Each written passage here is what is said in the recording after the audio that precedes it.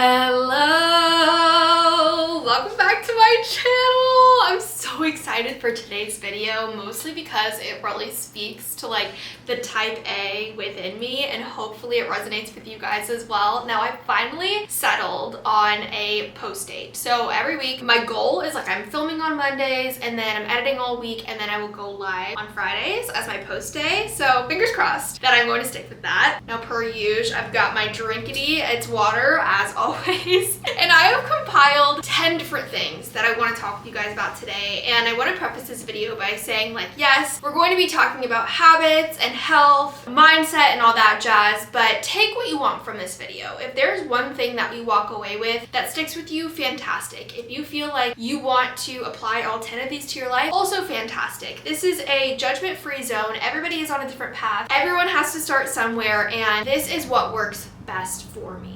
There's going to be something different that works best for everyone else, and that is perfectly okay. I've spent years kind of perfecting what I believe to be like the best system for my lifestyle, for my career, for my job, for my tendencies to want to make people happy in my life, and this is what I've settled on. That might change in 6 months, that might change in 2 months. I might stick with this for the next 10 years. I have no idea, but this is what's been working for me lately, and I am all about sharing that with you guys and helping as many people as possible. Without further ado, let's get into it.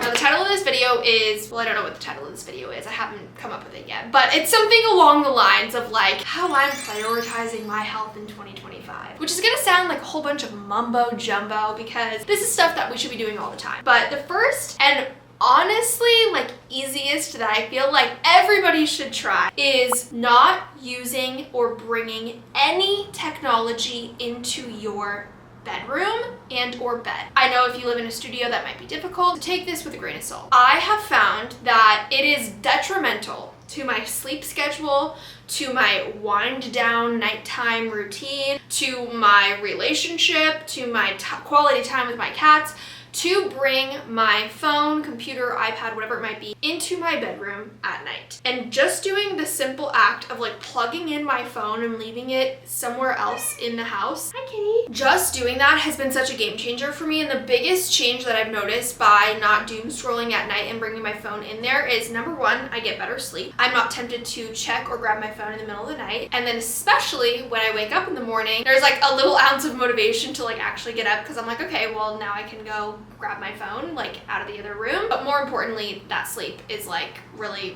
top-notch in quality. That being said, one of the ways that I track my sleep is with my Oura ring. Now I've been wearing my Oura ring for, I want to say like at least 8 months maybe, since like last summer, and I absolutely love it. I know that it is a costly investment, but in my opinion it's better than an Apple Watch and it tracks more, and it was what I was looking for. My issue with the Apple Watch is like I don't necessarily want to be like seeing my text messages while I'm in the middle of a workout, and I just don't like wearing it, whereas this I never have to think about taking it on or off. I can wear the Oura ring for like 4 or 5 days straight, and then it only takes 30 minutes to charge, so like while I'm showering I'll just pop this onto the charger and then put it back on, and it works great for me. But wearing my Oura ring kind of ties into the sleep and how I'm able to track that, but it also ties into cycle syncing and my period. I'm not really great about cycle syncing and I don't really do too much of that, but like do a little body scan.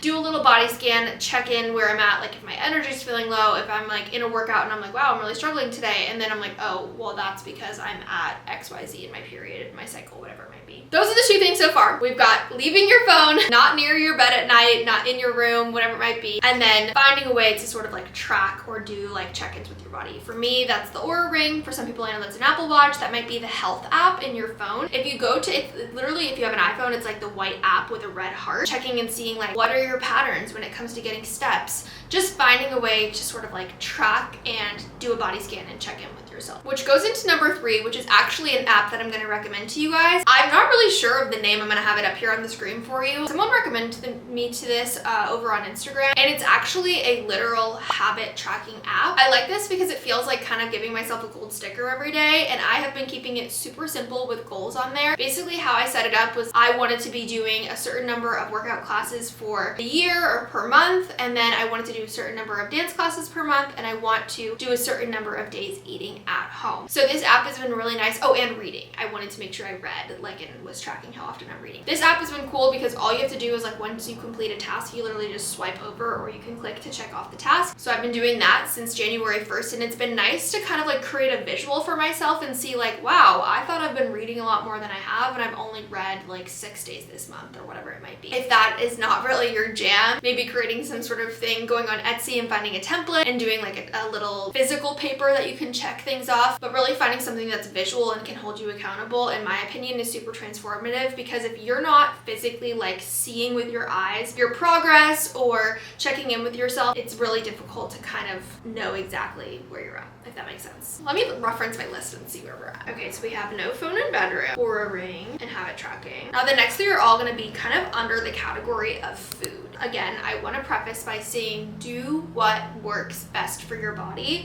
And something that I constantly am revisiting when it comes to the topic of really anything health related is, what can I focus on adding to my life versus subtracting? So for example, instead of restricting myself to, you know, not eating less chips or less candy or whatever it might be, how about what things can I add to my diet instead? Can I focus on eating more protein? Can I make sure every day during lunch I have a vegetable? And I feel like when you focus on what you're adding to your diet, it actually, by way of making room for the things you're adding, kind of eliminates the stuff that you're probably trying to focus on eliminating. I don't know if that made any sense, but hopefully you get what I'm saying. So that being said, to give you a little backstory on the food topic, I had met with a dietitian a couple months ago, and I was just kind of curious. You know, I've never met with a dietitian. I was curious if they had any sort of like tips or tricks for me. I have been really trying to just learn as much as I can about my body. If you've been watching my other videos about fertility and all that jazz, I feel like, you know, first of all, I pay a ton of money for my insurance, and I'm like, might as well use it. So I met with the dietitian, and really she put a huge emphasis on protein and breakfast. We all know that, like, since the time you're a toddler, your mom says that breakfast is the most important meal of the day. I'm not a huge breakfast person. Breakfast doesn't really do it for me. I am a morning person, but not a breakfast person. And typically I find that I would just have something quick and easy, like a juice or something that I can just grab and go in the morning, because I usually just like dive straight into work, because my most productive hours are 6 a.m. to 11 a.m. And when I met with the dietitian, for me personally, she said that I should... Did you guys hear that?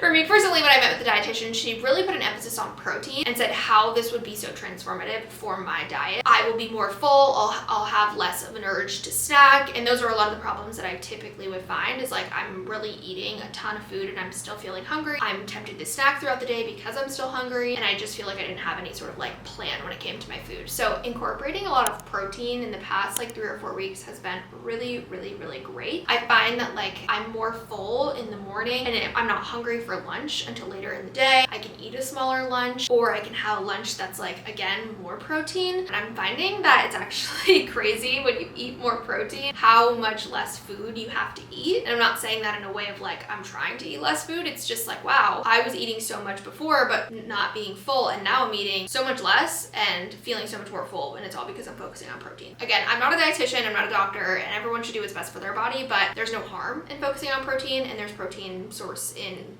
tons of things. Just surely there's something out there for you. Something unexpected was edamame. I've been liking edamame. I just keep like a bag of frozen edamame, and it's honestly nice to just like snack on. I like it frozen, which is weird, but sue me, I like it. And then on the topic of like incorporating protein and breakfast is eating at home. And eating at home is actually something that I'm tracking in that habit tracker app that I mentioned earlier. This might seem like obvious, and everyone's like, oh yeah, like eating at home, that's something everyone can do. But when I started budgeting and really tracking every single dollar that was coming in and out of my bank account, it was really shocking to me how much money I would spend just like randomly on food, and it adds up fast. You grab a coffee here, you get ice cream after dinner there, you pick up something on your way home here, and it's like before you know it, you've spent $1,000 eating out for the month. So that was kind of tied into like all these points about food is budgeting when it comes to just my overall mental health, and that's kind of the topic of this video. Mental health, physical health, all the health.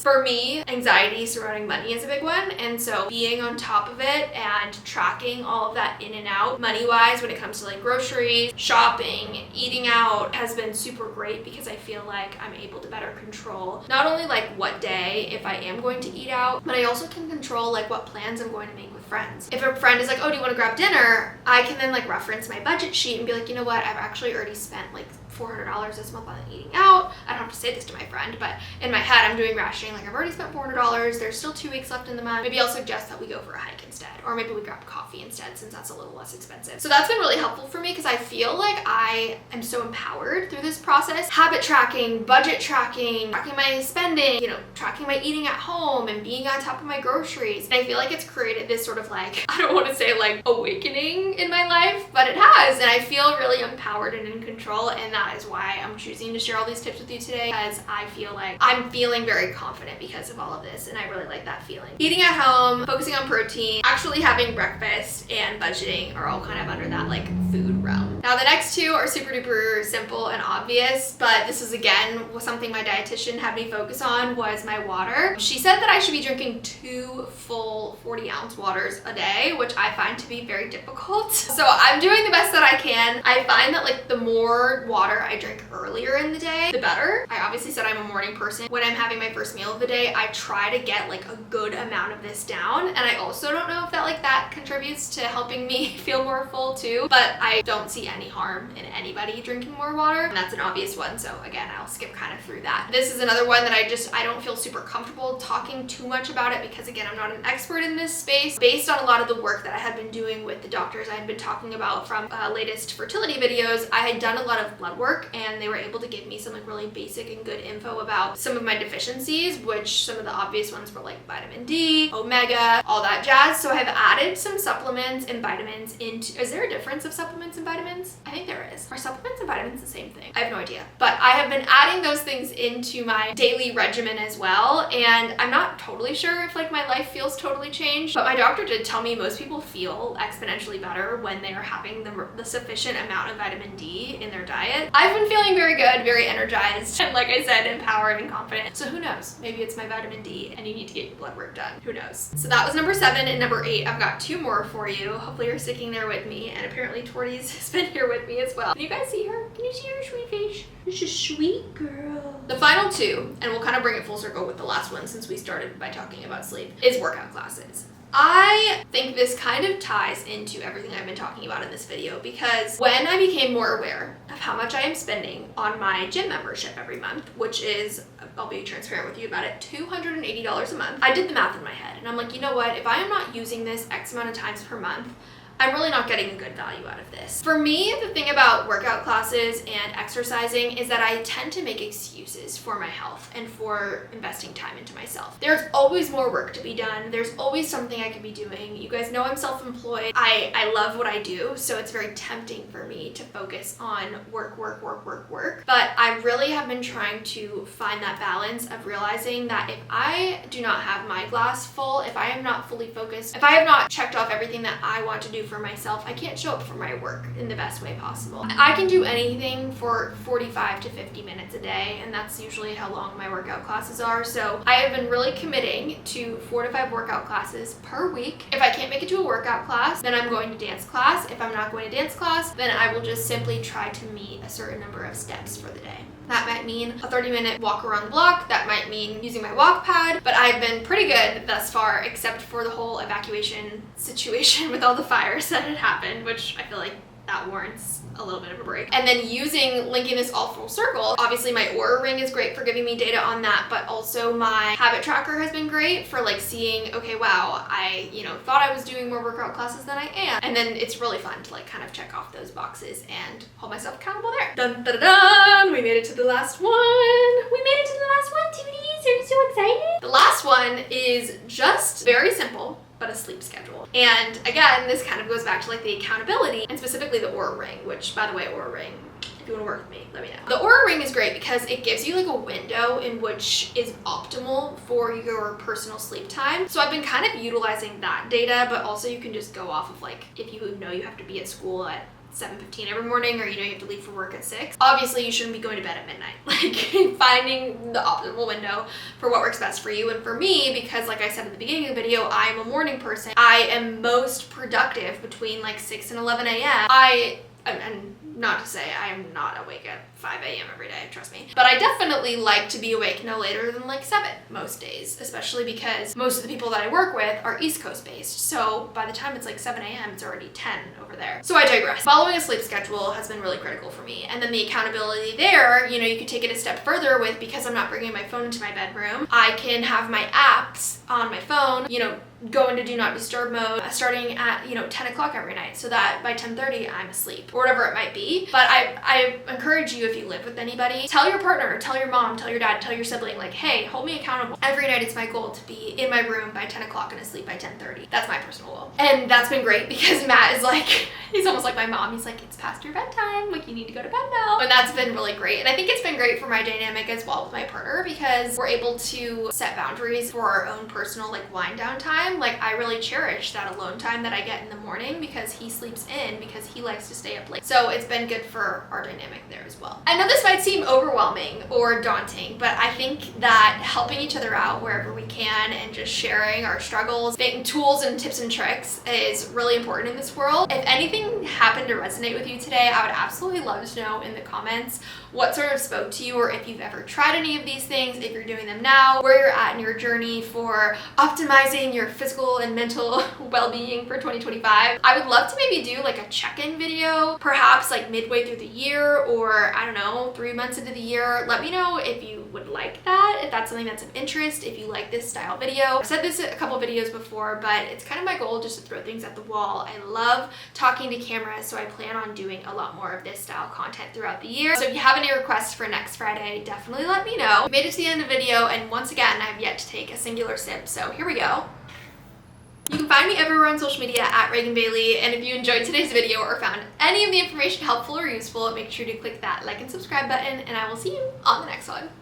Bye! Want to say goodbye to everyone? Goodbye. Oh, okay, she said bye. Bye.